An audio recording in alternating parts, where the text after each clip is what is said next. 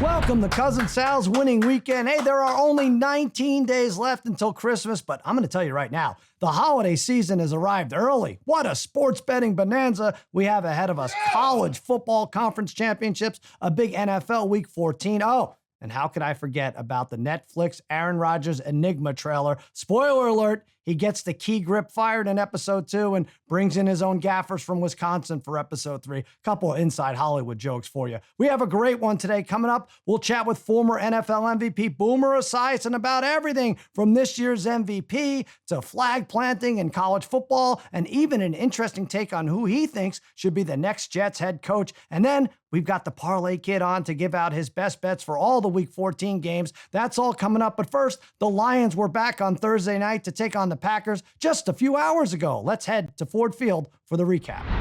All right, the big division rivalry kicks off in Motown. Lions first possession right down the field. End zone, David Montgomery, 12th of the year, paid plus 470. I did not bet it. Shameful. 7-0. Packers driving. Watson hit. He coughs it up. Lions ball. I thought this defense was on life support. What happened? Detroit kicks a field goal, 10-zip. But then Josh Jacobs, after 39 Lions penalties, barrels his way in. We've got a game, 10-7. Here comes Detroit again. 4th and goal from the 3. Coach Campbell's going to kick. Yeah, right. He's going to instruct Goff to throw to Gibbs. Touchdown. Cats up double digits at the break. Second half begins, and Kraft, he's the best kind of cheesehead. 17-14. Ensuing possession. Goff interception. Why did he do that? Why did I bet him to win MVP? Pack take advantage. Jacobs nosedives in again, and then Goff, 4th down, no kick, no doubt. Tim Patrick touchdown. Detroit up again. Back and forth we go. 4th quarter now.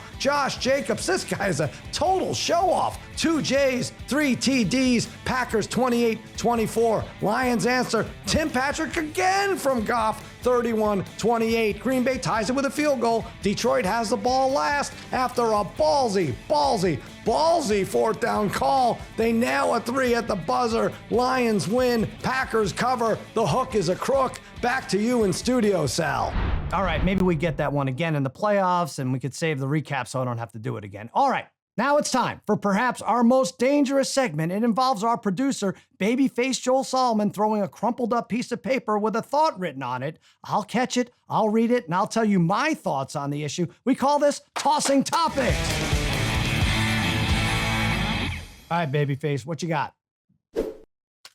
Snow games. Okay, I hate to go full out Grinch on you guys, but snow games are overrated. There, I said it. I don't get excited seeing flurries like school is about to be canceled because, well, I'm not 9 years old. I want to see 4th and inches, not 4th and 4 to 6 inches. The games are sloppy. Defensive backs are falling on their asses as the ball is snapped. Brock Purdy's thrown an invisible football half the time. Does this sound like someone who had the 49ers plus 6.5? Yes. Yes, that's right. Fine. And I know you're all going to say, but Josh Allen and Sean McDermott made snow angels after the game. You had to love that. I didn't. It's not that great. This is not how football was meant to be played. It's like frying an egg on your driveway in August and saying, now this is how breakfast is supposed to be prepared. I'm sure it would be cool to listen to Collinsworth and Tariq call a game played on lava or in quicksand. Oh my, there goes Debo sinking into the earth. We're never going to see that cat again. There's a reason they don't play the Super Bowl in the snow. And to be honest, you should all be on my side. Do I have to remind you? The dreaded Patriots dynasty started because of an abundance of the white stuff. No, not the roster, the field.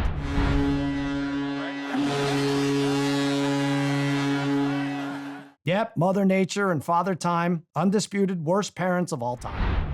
Toss me another one, baby. Deion Senior Day strut. Oh, man, this was great. Last week, before Colorado's season finale against Oklahoma State, the Buffalo faithful honored the seniors and the Sanderses as Deion's sons, Shiloh and Shador, tried to orchestrate a family reunion as well. Take a look at this. And as you can see, Primetime had no time for his ex-wife. Look at that.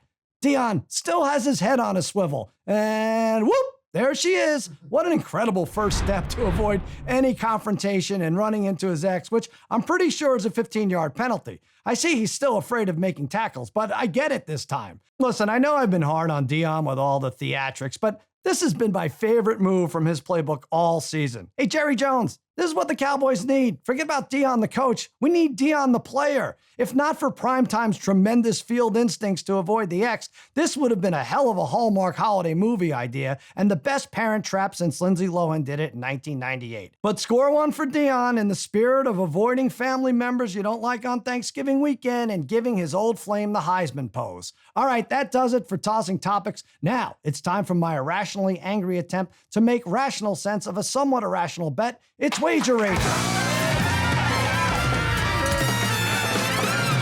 All right, the Jameis Winston experience is back, and it is a thing of beauty. The Browns quarterback gave another incredible yet frustrating performance Monday night, throwing for nearly 500 yards, 4 touchdowns, and 3 interceptions. He's a former 30-30 guy, and this time I'm not talking about his vision. And by the way, Jameis, you may want to check the refund policy on that LASIK surgery. But it got better during his post-game presser where he said these beautiful sentences. It's an opportunity to continue to glorify the Lord even through the toughest circumstances. I know I'm better than this. I know I'm just praying for the Lord to deliver me from pick sixes. Praying for the Lord to deliver me from pick sixes? This guy is a miracle. He's the funniest, most reckless quarterback of the 21st century. He's like if Brett Favre and Cedric the Entertainer had a baby. So in honor of Jekyll and Jameis Winston, I'm betting on his opponent, the Steelers, to score a defensive touchdown. It pays 5-1 odds. If I could parlay 4 interceptions with 400 yards passing, I would do that. But FanDuel doesn't let us have that much fun. And God, if you happen to be listening, go ahead and deliver Jameis from pick sixes, just not this weekend, please. All right, now let's get to my interview with Boomer Esiason.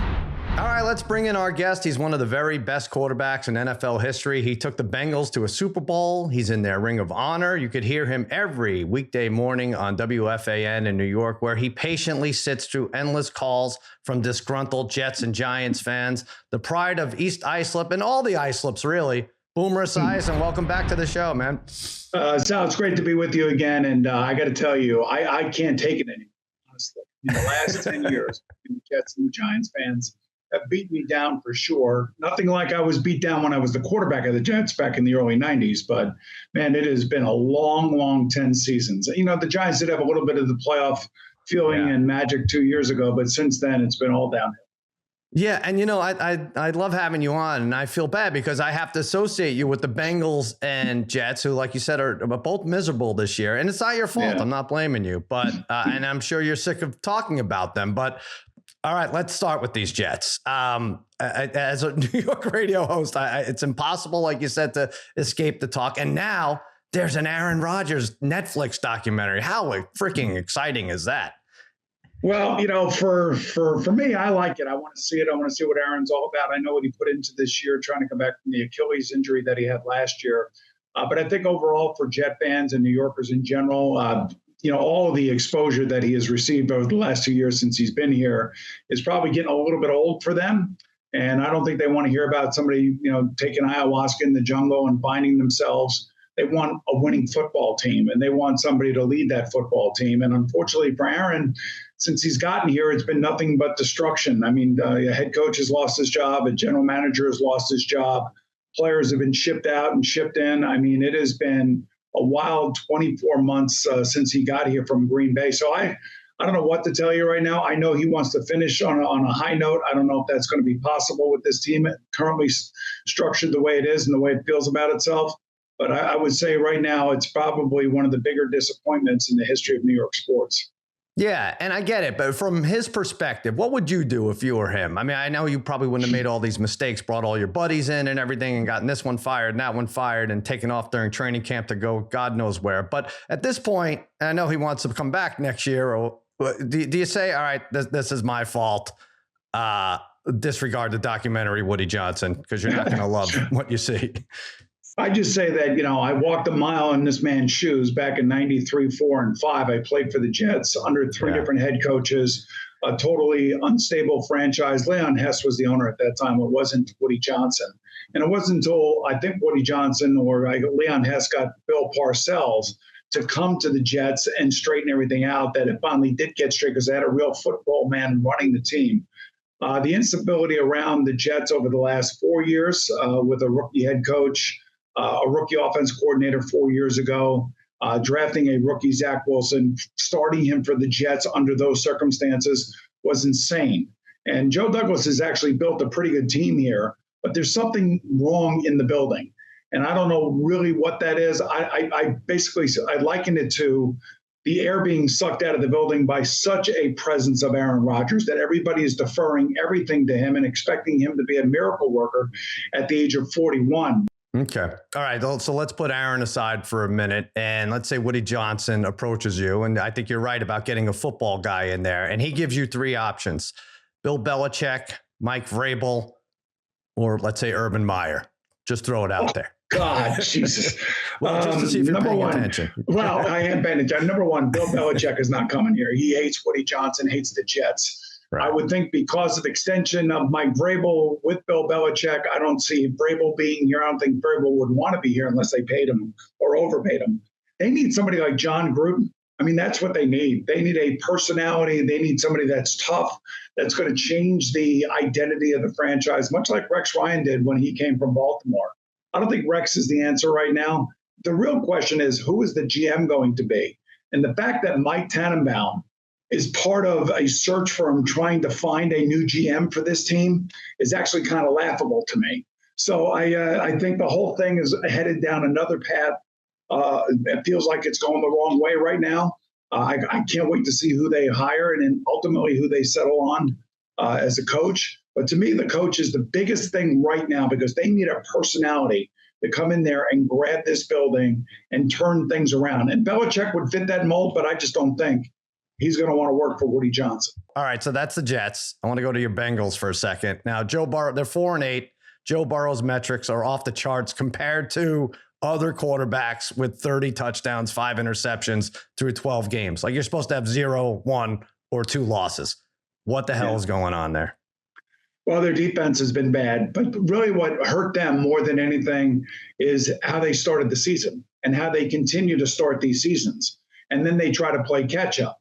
And they certainly have the offense that can play catch up, but now all of a sudden their defense has fallen apart and they're giving up over 30 points a game. It's ridiculous. I mean, there's nothing worse than knowing as a quarterback going into a game that you're going to have to score 30 points in order to even have a chance to stay close in the game and be competitive. And I think, Mike Tomlin deserves a lot of credit. He owns the Bengals. And I guarantee you, he goes into that locker room before the game and says, guys, we're going to out-physical this football team. And not since Vontaze Burfict left has anybody in the Pittsburgh Steelers helmet been afraid about playing in Cincinnati. So right now they are being dominated by both Baltimore Ravens and the Pittsburgh Steelers.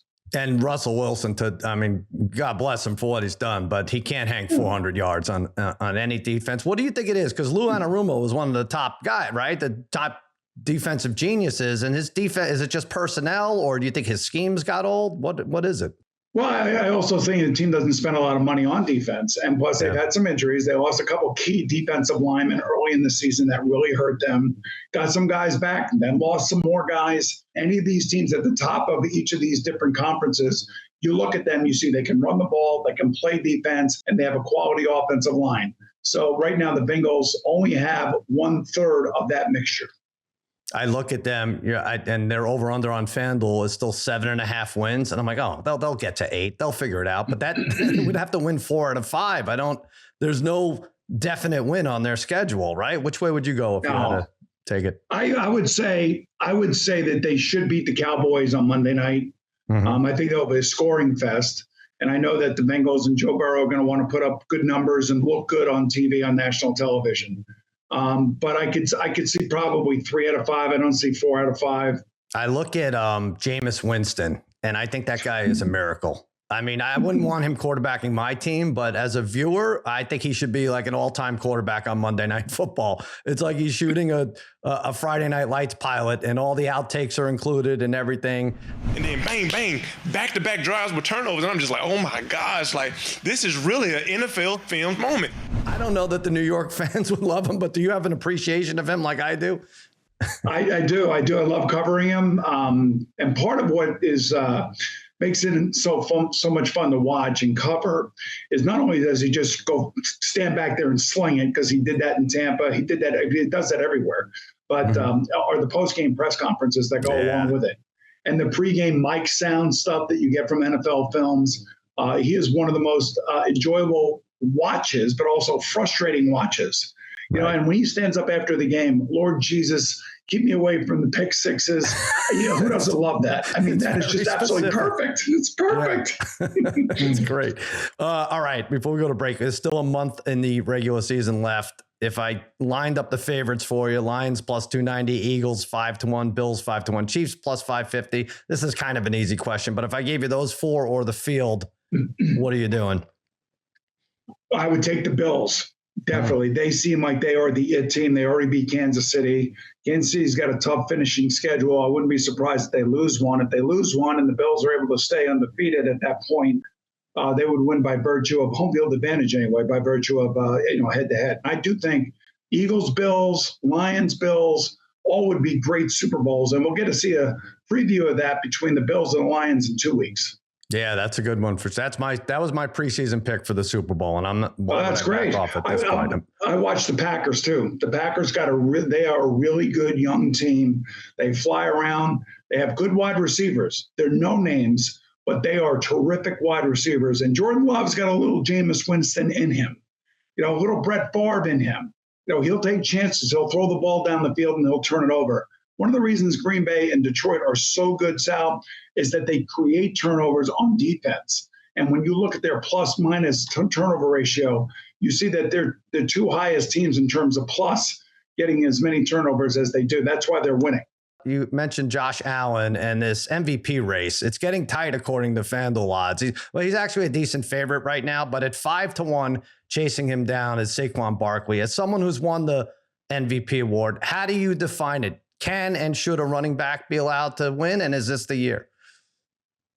Yes, a running back can win it, depending on exactly how much impact they have on a team's offense. Now, Saquon has been the missing piece for the Philadelphia Eagles, much like Christian McCaffrey was for the 49ers when they traded for him from the Carolina Panthers. So if he goes over 2,000 yards, he breaks the rushing record. Now, he'll have done it in 17 games if he doesn't do it in 16 weeks. But and that 17th game, oddly enough, will be against the Giants, believe it or not. Yeah. Oh, my God. I can't even imagine what Giant fans going to be. Even if they don't need it, he's not sitting that one. Yeah. And especially if he has a chance at the rushing record. Now, I would say this. Josh Allen has been the man. He has been incredible. And, I think he is asked to do so much more than any other player in the NFL as we speak right now. And that's why I would lean towards Josh Allen if he gets his team to the number 1 seed. If Philadelphia is the number 1 seed and let's say Buffalo falls to the 2 or 3 seed, which is possible, I guess, then I would have to say that Saquon would most likely win it, assuming he breaks the rushing record set by, I believe, Eric Dickerson. Absolutely. And it's a 40-year-old record for crying out loud. So if you're ever going to give a running back the MVP, that's it. He might want to be like, hey, Jalen Hurts, give me one of these 1-yard plunges. This is what works against me when you have 15 touchdowns and I'm, fighting to catch up there. All right, Boomer. Great job. Let's take a quick break. We'll be right back.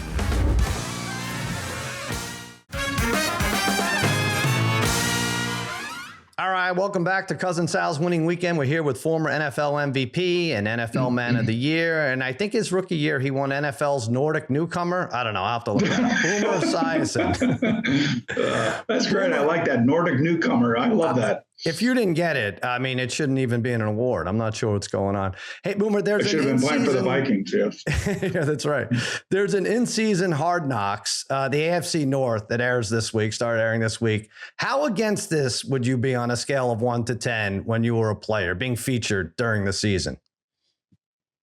All right, I'm going to be honest. I would have loved it, and really? I think my head coach Sam Weish would have loved it. You probably didn't know much about him, but he was all into that. He was all into the NFL films. He was a former player. He was a coach at Bill Walsh out in San Francisco. He was the press's darling, if you will. He would always give interviews. He'd always be completely controversial. He would be so defensive at times. He would fight with the press. Then he became the darling of the press. I think we would have all loved it.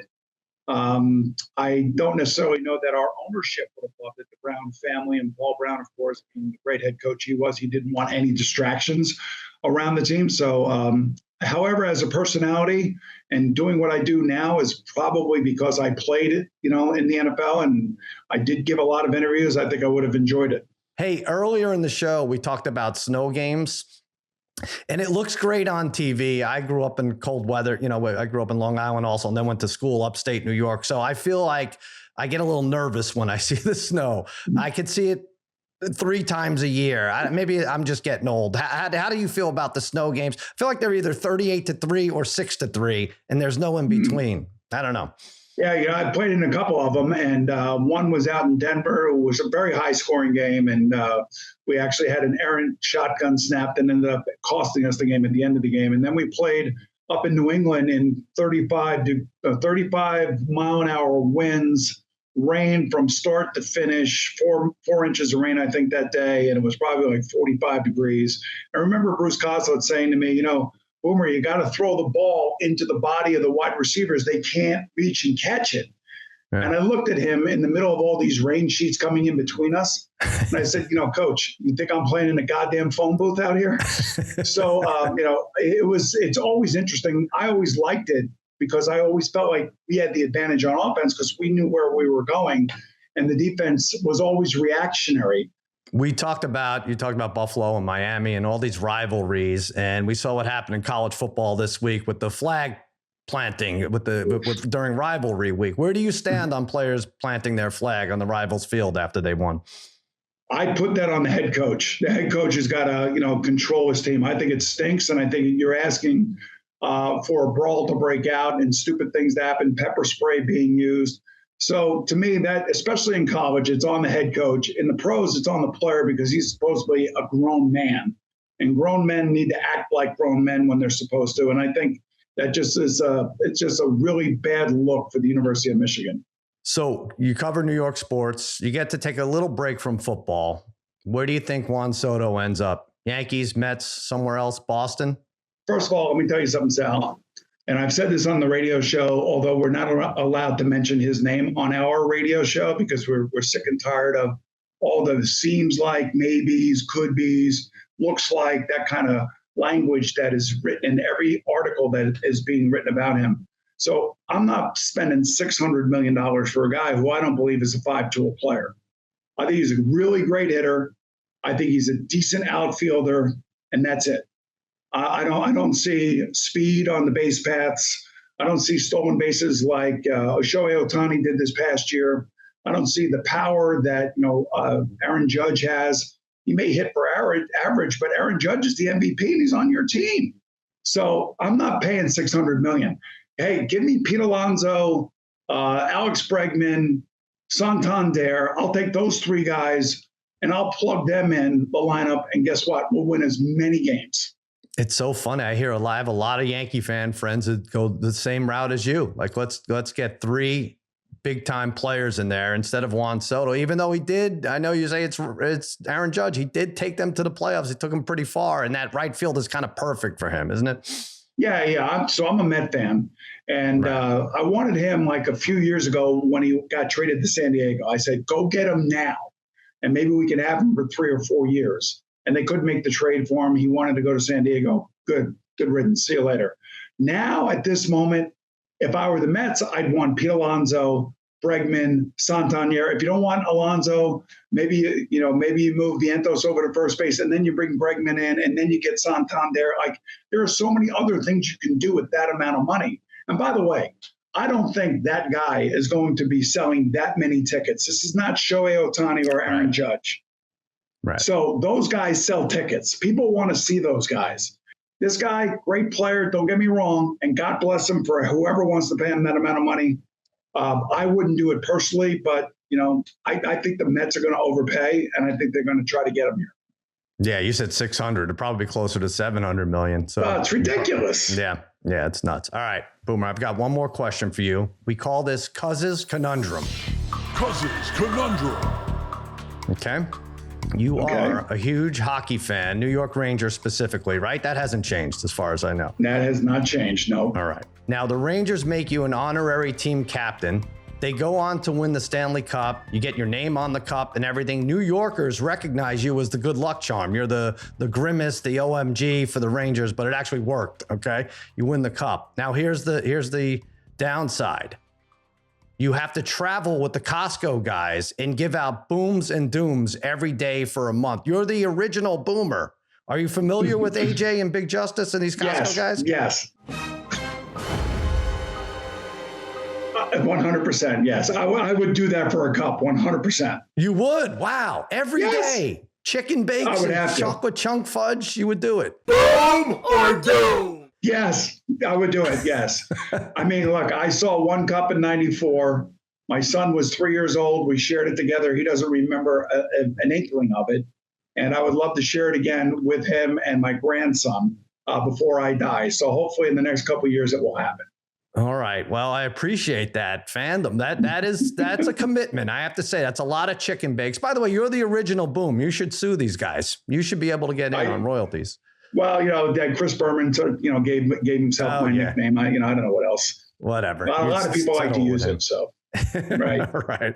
Hey, the Boomer Esiason Foundation fighting cystic fibrosis. For more information, go to esiason.org. Don't be cheap. It's Giving Friday. Listen to him every weekday morning on WFAN. Boomer, thanks for jumping on. I appreciate it. Yeah, my pleasure, Sal. Have a good weekend. See ya. You got it. We'll be right back to break down all the Week 14 games with Darren, the Parlay Kid, next on Cousin Sal's Winning Weekend. All right, welcome back to Cousin Sal's Winning Weekend. Let's keep the fun going. He survived another Thanksgiving with his gigantic Duggar-like family. I didn't see him on the injury report, so here he is, good to go from the Against All Odds podcast. Darren, the Parlay Kid Sicoli. What's happening, Darren? What's going on, Sal? Thanks for having me again. Of course we'd have you back because we have so many games to get to and so little time, and only you could do it. Let's start things off. Tampa Bay and Las Vegas, 6.5. 46.5 is the over-under. Raiders almost beat the Chiefs on Black Friday, but then they're the Raiders, so we know what happened there. Tampa Bay took some time to beat Carolina. Listen, I love Tampa Bay. I picked them to win the South a few weeks ago because I love their schedule, so I'm ready to be doubly disappointed here, taking Tampa Bay minus 6.5. Vegas played well, like I said, the other day, but they always screw it up in the end, and it cost them a game. It's going to cost them the spread this week. They're on the road where they've lost their last 5 games, the Raiders. I don't see how this 2-win team gets up for a game in Florida, coming cross country. I don't know. Tampa 7-3 against the spread versus AFC West foes. Baker will be protected enough to throw 2 touchdowns and add to his 25, which is third best in the league. Give me a 31-19 final. I'll take Tampa minus the points. Parlay Kid, you're good with this one. Yeah, I'm real good with this one, Sal. This makes sense, Sal. The Raiders gave it their all last week. Probably really ended their season, or at least wanting to win at this point. Pierce had the guys motivated, but they won't be motivated for this one at all, Sal. Their offense still ranks 28th in the league, despite O'Connell's passing performance last week, while the Bucs average basically in the top 10 in every offensive metric. Bucky Irving has been a huge difference maker. I'd like to even see him with the ball more in his hands for this offense. This is a must-win for the Bucs, so they can win this division. Let's take the Bucs minus 6.5. Let's do it. All right, another 6.5 here. Pittsburgh, home for the Browns. 6.5-point favorite. 43.5 is the over-under. Is a rematch of that Thursday night Frozen football game. Browns eked it out. I think there was a little bit like a Hail Mary at the end. They survived a Hail and Snow Mary. Now the rematch. Cleveland on a short week coming to Pittsburgh. I made fun of Jameis in the Wager Rager segment. I bet the Steelers defense to score a touchdown. They should also be able to move the ball on offense. The Browns defense is good at times, but they give up a lot of big plays to Bo Nix. I expect the same on Sunday. So I'm going George Pickens over 73 yards, 73.5 to be official. He's done this in 5 of the last 6. He's averaged 81 over that stretch. He's had a game where he went for 127 against the Browns last year. I see him right around there again on Sunday. Pickens over 73. Give it to me. Parlay Kid, you like an over too, but it's for the game. I'm going to take the over in this game, Sal. Over 43.5 points. Both offenses have come to life with the quarterback change here in the second part of the season. And this Browns D-Sal, as we've talked about several times in the podcast, has been underwhelming this year, surrendering close to about 26 to 27 points per game. look, these two teams scored 43 in some really miserable weather a couple weeks ago. Going to be about 50 and sunny in Pittsburgh this weekend. Let's take the over. A lot of points in this one, Sal. All right, Tennessee and Jacksonville. You might not think a lot of points. I am expecting a lot of points. 39.5 is the over-under. Tennessee, for what it's worth, is favored by 3.5. Mac Jones in for Trevor Lawrence, who I'm happy to report is alive. This game pits the second-best defense versus the 32nd best defense overall. Now, most people probably don't know which one's which, but I think you could expect Will Levis to have a good game. The Jags give up plenty of big plays. I'm going to go over 39.5. Not much to say about this game, honestly. It's going to be on the smallest, most microscopic TV I could find in my house. But I do think there's going to be points. The over has hit in 5 of the Titans' last 7 games. It seems like these games with draft slot implications fly high on the scoreboard. 26-21 Titans. Give me the over. I think you like that. Yeah, I had the same feeling in this type of game, right, Sal? Just two teams kind of letting it fly here. Why not? Their seasons are over. I'm taking the Titans over 10.5 points in the first half. This Jaguars team, they have the worst pass defense in the league, and they give up over 28 points per game. Levis has looked good in his last 4, Sal. 960 yards, 7 touchdowns, and only 2 picks. And since Hopkins has left, Ridley has really taken off. If I could get an over on his yardage too, I would take it. And this is kind of a revenge game for him as well. Look for some big plays down the field. Pollard does his thing as well. Titans over 10.5 first half points. Yeah, I know Levis has been good. You're right. I don't like when I have fewer and fewer quarterbacks to make fun of. It's basically just our guy, Cooper Rush. It's very sad. Philadelphia, 12.5 point favorite, home against Carolina. 45.5 is the over under. I'm not going to play with the spread because I feel like Carolina is due for a beating, but I also don't know how up for this game Philadelphia gets. I do think Saquon Barkley now closing in on the MVP award, plus 500 at FanDuel. You might see some stat padding, right? Dare I say they forego the tush push with Jalen Hurts down low and let Barkley hit pay dirt? I think that happens twice. Plus, what do I get? Plus 190 for 2 or more Barkley touchdowns. Even with Hurts sticking his beak in from a half a yard away, Barkley's had multiple touchdown games, 3 of his last 5, in fact. 32nd in the league scoring defense, allowed 41 touchdowns. The Panthers have 18 of those are rushing touchdowns. That is the worst in the NFL. So remember, you can catch 1 too. That'll count. Multiple touchdown game pays plus 190. All right, Parlay Kid, what do you have? Yeah, you're onto something here, Sal. But I'm going to take this win margin. The Eagles win between 11 and 20 points at plus 210. Hoping it's not like a really true blowout like you just mentioned, but I don't think it will because I think the running game is going to play a big factor. And when there's a big-time running game, the clock ticks and ticks away. So maybe this won't get too out of hand. Look, like you said, the Eagles are first in the league in rushing. The Panthers are the worst at defending it. They give up 4.8 yards per carry. That ranks dead last in the league. But the Panthers have played solid football over the last 4 weeks. I think they can hang around just enough for me to hit this, get this right in this win margin. Eagles win this game 31-14. All right. I hate that. We have to, as Cowboy fan, root for the Eagles to score and score this week. All right. Minnesota, 5.5 point favorite, home against Atlanta. This is the Kirk Cousins Bowl, right? Going home against his old team. There was talk about him being yanked after a poor performance last week, but just in general, Vikings fans hate that I don't give them credit, and they're kind of right. I mean, this team is pretty good on both sides of the ball. If you check most of the metrics, we just don't trust Sam Darnold, right? And somehow I trust Kirk Cousins, who has this noodle arm. You're going to have more to say about him, but I'm going to take Atlanta plus the points. I'm buying low. Like I said, coming up against his old team, their defense played really well against the Chargers. The Falcons did. The Vikes tend to fall apart, Parlay Kid, in December, at least spread-wise. 0-7-1 in their last 8 against the spread in the calendar month of December. Buy low spot, like I said, for Atlanta. They cover, let's say, 22-20. Koo misses the game-winning field goal. Give me the points. What do you have? You're going to be taking Cousins over 1.5 touchdown passes. So I know his arm has looked weak. That just wasn't a one-game aberration. This is just how his arm has been. So he can still get the job done. And this game has 2 factors I really like, right? It has the revenge factor, but it also has the due factor. Cousins is due. after having a 2-game span in which he threw 7 touchdown passes, he has gone 3 straight without one. The Vikings defense has given up at least 2 touchdown passes in 5 out of its last 6 games. And if they're going to struggle anywhere, it is against the pass.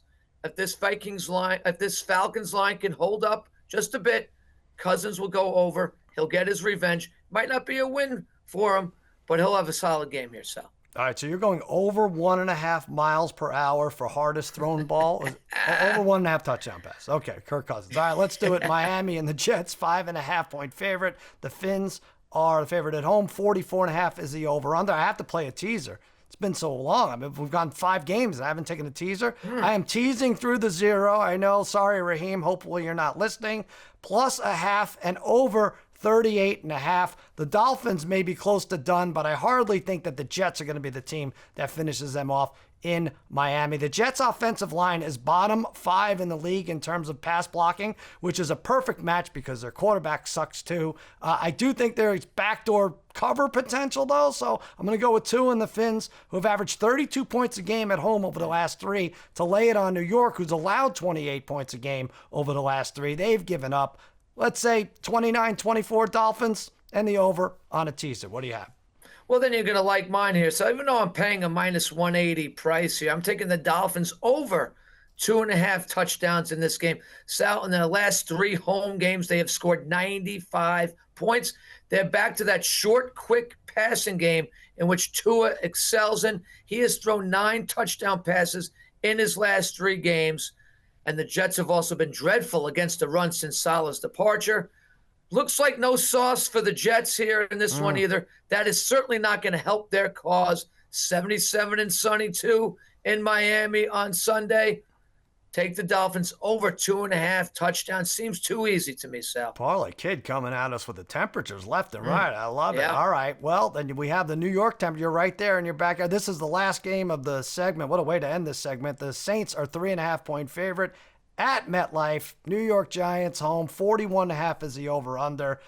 Listen, I'm going to go Giants +3.5. I like the Saints coach. He and I share the same plumbing issues, but also he has a secondary issue. Saints D-backs are an injured squad that allow over 7.5 yards per attempt. That's bottom 5 in the NFL. And good news for Drew Lock, who gets the start. Bad news for the Saints. They lost their most dynamic offensive player in Taysom Hill. He was dropped for the 9th and final time in most fantasy leagues. I think your brother John dropped him in our league this week. Giants 0-6 at home. Now, their last home game is against the Colts, who are going to try to win. They want to win. They need the win. This could be their only real opportunity to win. So I'm going to take the Giants +3.5. I'm not going to put a lot of money behind it, but I do think it's a winner. 27-17, they beat up on who dat. What do you like? Yeah, I'm feeling you here, Sal. And you talked about having that Jags-Titans game on the smallest TV in the house. I might have this one on the radio turned down really, really low here, Sal, because this is, to me, a dreadful game. But look, like you said, this could be the Giants' one chance here to get a home victory, right? You just said no Taysom Hill. The Giants kind of even that out by having no Dexter Lawrence either. So that certainly doesn't help them. But I'm looking for Locke to settle in here in game 2. I think he's a bit of a gamer. He'll bring a little energy to this team. Neighbors is going to have about a dozen targets in this game. Tracy has a solid 1-2. Stop Kamara. Giants can win this game outright, but I'll take the +3.5. All right, good job, Parlay Kid. Let's take a quick break. Lots more to get to with the Parlay Kid as we break down the rest of Week 14 when Cousin Sal's winning weekend rolls on. All right, welcome back to Cousin Sal's winning weekend here with my pal Darren, the Parlay Kid from the Against All Odds podcast. Let's not waste any time. We'll get to the rest of the Week 14 slate. This might be the game of the week, Parlay Kid. In Arizona, Seahawks and Cardinals. NFC West still very much up for grabs. The Cardinals are a 2.5-point favorite. 44.5 is the over-under. This could be the only division that comes down to the wire, really, if you look at the rest of the standings. Seattle is +145, Arizona +180, Rams +290, or it could be pretty much over this week if Seattle pulls off the slight upset and the Rams lose to Buffalo. But listen, I know there wasn't a ton of fireworks the first time these guys matched up a couple weeks ago, but I think the Cards have a nice offensive game this Sunday. I'm taking them over 23.5 team points. They particularly do well on the ground. The Seahawks bottom 10 against the rush. Kyler's going to pick his spots. They're going to finish drives, which they haven't done lately. They've put up nice numbers at home. 41 against the Rams, 29 against the Bears, 31 against the Jets. I see this as a 29-24 final. Cards get it done in the desert. Over 23.5 team points. What do you like? Yeah, I think this is going to be a high-flying affair too, Sal. That's why I have Smith and Jigba over 65.5 receiving yards. Sal and Jigba has had 510 receiving yards in his last 5 games. He's emerging right now as one of the top receivers in the NFL. He's had 8+ targets a game over his last 7+ games. He had 77 yards 2 weeks ago against the Cardinals. And if the Cardinals are going to struggle anywhere, their secondary at best is average. Smith and Jigba over 65.5 yards. All right, now to a not-so-great game. Although in the beginning of the year, this looked like a barn burner. San Francisco, 3.5-point favorite, home against the Bears. 44.5 is the over. Under, it's such a mess. 49ers' whole team is injured. The Bears' brains are injured. There could be some new coach energy in Chicago or with the Bears, but these 49ers losing all these games, I just don't see it. I don't know if Shanahan's up for another loss at home against an inferior team, but I'm going to go under 44.5. I'm going to stay away from the side. Even with the injuries, the 49ers are 5th in total defense. It's not going to be as easy for the Bears as it was last week in the second half on Thanksgiving against the Lions, just throwing it all over the field. The total has gone under in 4 of San Francisco's last 6. The total's gone under in 5 of Chicago's last 6. I see this as an Isaac Guerrenda versus DeAndre Swift type of game if he even plays. 22-16, give me the under. What do you have? So I like that one too. I'm going to be taking a 2-team 6-point teaser here. So I'm going to take the Bears up to 9.5 and the under 50.5. It's kind of like you here, but I'm going to get the advantage of having 6 points. I do like what this Bears coach Thomas Brown he said all the right things this week. And I do think the Bears will come out with a renewed spirit in this game. I think it will be short-lived in terms of maybe get like 1 or 2 weeks out of this new energy. But I think this coach is going to bring some energy to this team. 49ers are beat up, Sal. They're just trying to grind out this season. They still have enough left in them here, though, to maybe pull out a win. But I think the Bears will be super and ultra competitive in this game. So let's take the Bears plus 9.5 and under 50.5 in this game, Sal. All right. This one should be good. Buffalo, minus 3.5, 49.5 is the over-under. At the Rams, at SoFi, it's a tough. I keep waiting for the Bills to let up, but they don't. And now they're after the 1 seed, so maybe they never slip up. Rams, on the other hand, look comatose in the first half against the Saints, came back and won that one. I think they score this Sunday at home. Bills defense lets up a few touchdowns this week, so I'm going to go over 2.5 Rams touchdowns, minus 118. McVay's team. Stafford, I know he looks iffy at times, but he's a top 8 effective offense since Puka Nacua and Cooper Kupp have returned 3 or more touchdowns in 5 of their last 6 games. That's what the Rams have done. And the Bills haven't been on the road in almost a month. So maybe a little surprise in store. Give me Rams 3 or more touchdowns, minus 118. What do you have? Yeah, so this game to me was a hard one to pick. But I'm going to take the Rams getting the points here at home just for the simple fact that the Buffalo, they kind of are due for a letdown game here. So, and this East to West Coast trip just might be the time. I'm not saying they're going to lose this game, but there might just be a little bit of a letdown here. And this is a must-win game for the Rams, Sal. The Rams are getting really good production on these young defensive players. They are healthy on the offensive side of the ball, even though they don't seem to be clicking quite the way we would hope to see them do. But McVay is a really solid coach. I think he'll have a really good game plan this week to keep the Rams in this game. They need it. The Bills need it too. So I think it's going to play out very close, Sal. All right, let's get to the night games now. Kansas City, 3.5-point favorite. They're home. The Chargers come to Arrowhead, 42.5 is the over-under. Chargers score first and lose. That's my pick here, Parlay Kid, plus 280. We've seen this before, right? The Chiefs, they just barely hold on. They played in SoFi, they won 17-10. In that game, the Chargers scored first and lost. In fact, in all 4 Chargers losses, they have scored first. So why am I worried about the spread? Wow. I know how this game plays out. You might want to take Chargers first half and Chiefs to win, also plus 700. But I'm going to do what's happened 4 times, as I mentioned. Chargers score first, Chiefs win, plus 280, 24-20. Andy Reid's team takes it, not before Dicker the kicker gets on the board early. Who do you have? So that's a really good one. I'm taking Herbert over 20.5 completions at plus 100. Sal might call me crazy here. He's only gone over this 3 times during the season. But with Dobbins out, that run game really seemed to struggle last week. So I think what the Chargers are going to do here is they're going to use a very short passing game in replacement of the running game. Herbert's going to be throwing a lot more. They might have to, at some point, play catch-up in this game. And this is the way you beat the Chiefs anyway. You don't beat the Chiefs with the ground game. And we've seen that secondary really struggle as of late, as witnessed in that Raiders game with O'Connell throwing for 340-plus yards. I think this is the route for them to beat the Chiefs, or at least hang tight with the Chiefs. Herbert's going to be throwing a lot. Over 20.5 completions. Sal, 6 straight QBs have done this against them. Yep. Let's make Herbert number 7. All right, and now our game here, Monday night. They couldn't flex it because they did the Simpsons animation. They've been working on it for years. The Cowboys are home against the Bengals. The Bengals are a 5.5-point favorite. 49.5 is the over-under.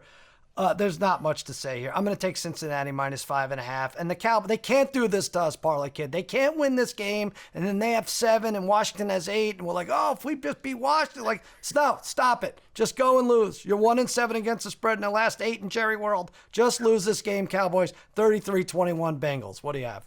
So I'm taking Chase and Lamb to combine for over 200 yards receiving and 2+ TDs at plus 550. I think Chase can carry a good portion of this, Sal. He averages 95 yards a game and a touchdown a game. And we've seen the Cowboys get exploited at home, especially here. And Chase always rises to the occasion in these Monday night or night type of games. And so Lamb has gone 5 straight without a touchdown. Yeah. And he's coming off a dreadful Thanksgiving Day performance. This will be a rebound game for him because prior to that, Sal, he's averaged 13 targets per game for 6 prior games. So I think they look for him early and often. I think both these guys will approach 100. Chase goes over it. Lamb is near it. Maybe 2 touchdowns from Chase. Get 1-1. I don't care. This is a fun one. I don't have to pick a side. Let's root for these top receivers to have a great one. All right. Nice work there. That's why you're a track coach. You ran through that in record time. Sadly, we have no trophy for you, but hopefully all these bets cash, and we're going to be right back to wrap things up on Cousin Sal's Winning Weekend.